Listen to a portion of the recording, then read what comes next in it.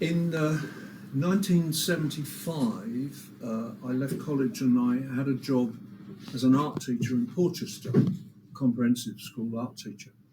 And I was a pretty typical art teacher. I taught painting and drawing, a bit of ceramics, usual kind of stuff.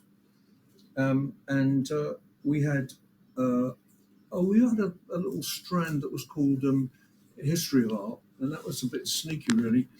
Some of the very clever kids never wouldn't choose to do O-level art, and their parents would put them under lots of pressure to do science or something, Latin or whatever, all those silly subjects. So we devised this trick in the art department, which was to offer 2 O-levels if they came and did art with us, and no extra time. They could do practical art O-level and history of art, and they got excited about that. The idea of two O-levels for one. So suddenly we were getting all those clever kids as well. So and it wasn't irrelevant that we were teaching history of art in terms of what I'm about to share with you. 1980, I came to Portsmouth to be head of what was called the expressive arts, but really the art teacher still, at St Luke's, which is now called Charter Academy, up near the Guildhall. And I had to take on teaching O-level photography, which I'd never done. I was okay with photography, but it was quite technical and quite a little old-fashioned in its approach to photography, I thought. So I fiddled about a bit with the curriculum there. I was still mainly teaching painting and drawing, but I fiddled about a bit with the curriculum, and there was a remarkable thing in those days, which is almost impossible to imagine now, which is that there were 2 sorts of public examinations that you could take up to the age of 16. There were O-levels, which I guess people here would know about, and there were CSEs, which were not GCSEs. Nowadays there are GCSEs, which is effectively a combination of O-level and CSE. But there were these 2 strands. And there were some subjects that you couldn't take at O-level, you could only take at CSE. So I was still teaching O-level art and A-level art there, and so on and so on. But I was having to do this photography course, and I didn't like it very much. And there was this extraordinary opportunity in those days within CSE to write something called a Mode 3. And a Mode 3 was a course, a curriculum course that a teacher could write and prepare. It would have to be moderated and approved, but could write and prepare specifically for their pupils in that school.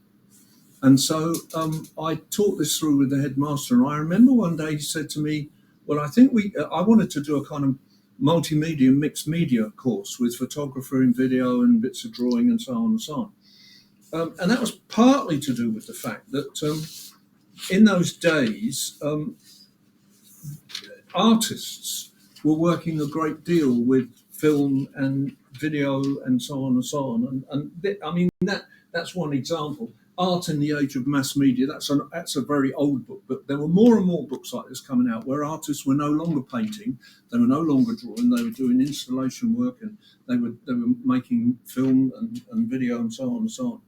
And it had always excited me. So I was devising this course. And it was my headmaster who said to me, well, I think we should call it media studies. And I didn't really know anything about media studies. I don't think I'd ever even heard the term. So we're talking about 1980, 81, something like that. I knew there were film studies courses, but this media studies course was a bit new. Anyway, I went with it and I wrote this Mode 3. And what I then had to do was to just make sure every year that whatever grades I gave to pupils was moderated by a consortium in central southern England. I used to have to go off to Basingstoke or Winchester or wherever for a meeting once a year, and people would approve it. So I had these young people then sometimes drawing, sometimes painting, sometimes making photographs, but also making video, and that was an extraordinary thing. I mean, it's quite hard to conceive of what that was like then, but I said but Brian was surprised when I told him this, but I'm 90% sure that when I first started teaching video production in Portsmouth schools in about 1981, that I was the only person doing that in a Portsmouth school. I don't think it was happening anywhere. And the equipment that we had was really, by today's standards, very crude. We had a big camera, and if you went out on location, which Brian will tell you about in a minute, you had to carry half. Do you remember the old video recorders that you'd shove under the telly and record on? You had to carry half of one of those on your shoulder, like a big bag, with the tape running in it. You know, it was that crude, really. And I'm going to put this down now, but I'm only holding this to make the point that what you could shoot nowadays on this little Apple iPhone and then edit on an Apple Mac is technically vastly superior to what we were able to do with this really quite expensive camera. The camera, I think, if my memory serves, was about £1,300, something like that. And the school had raised the funds, and the governors had raised the funds, and they just believed me that I was going to do something exciting with it. So they bought into that, and they bought me this camera and setup and so on. The only way we could edit in the school was what was called crash edit, which is that we took this heavyweight half a recorder and used that as a player and plugged it into another domestic video recorder, and then you just press play on one and play and record on the other, and every time you wanted to stop, you press pause, and that was it. You couldn't do it. You know, it was analog. It wasn't digital for a start. And that's essentially what you're going to see is the result of that now.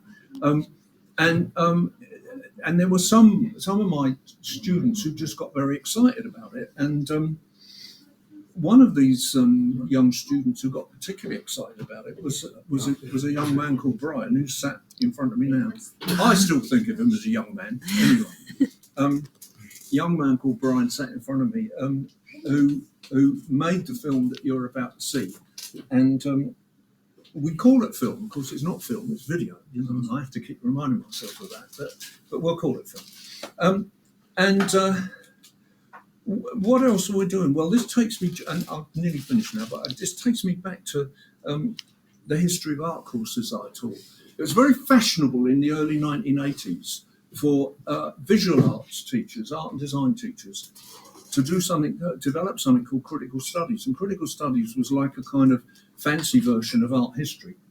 And there was this ambition to kind of tie art history into production. If you think about teaching the arts in schools, for example, think about literature. Quite often, I mean, those of us of a certain age, if we studied English, we just read great literature. We might read Shakespeare or Dickens or whatever, but nobody actually said to us, go away and write a great novel now. But then you go to the art room, and in the art room, you wouldn't learn anything about art history. You just make art.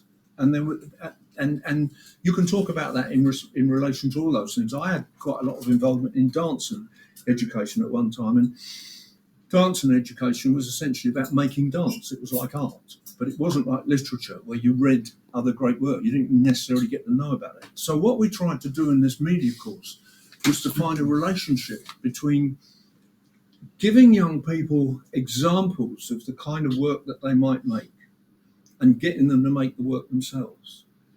And the one thing you couldn't do, if you had one video camera, which was cruder than an Apple phone and didn't produce great quality and couldn't really record lip sync, the one thing you couldn't do was to model what you were making in a classroom on great Hollywood cinema or best BBC drama. You couldn't do it because we weren't sophisticated enough, didn't have two cameras, couldn't always edit very clearly and so on. And so what I did was actually to find work that I really liked, but work that was much simpler. So it was often I was just showing them, for a start, shorter films. You know, if you show people a 5-minute film, then they can think about making a 5-minute film. But if you show them Ben-Hur, there's nothing much they can do with that with one video camera and no trained actors and so on. So I was finding shorter work, often black and white, and generally speaking, not made with lip sync. Generally speaking, if it had sound at all, the sound was imposed afterwards. Sometimes this was surrealist film, sometimes it was avant-garde art film, sometimes it was documentary film.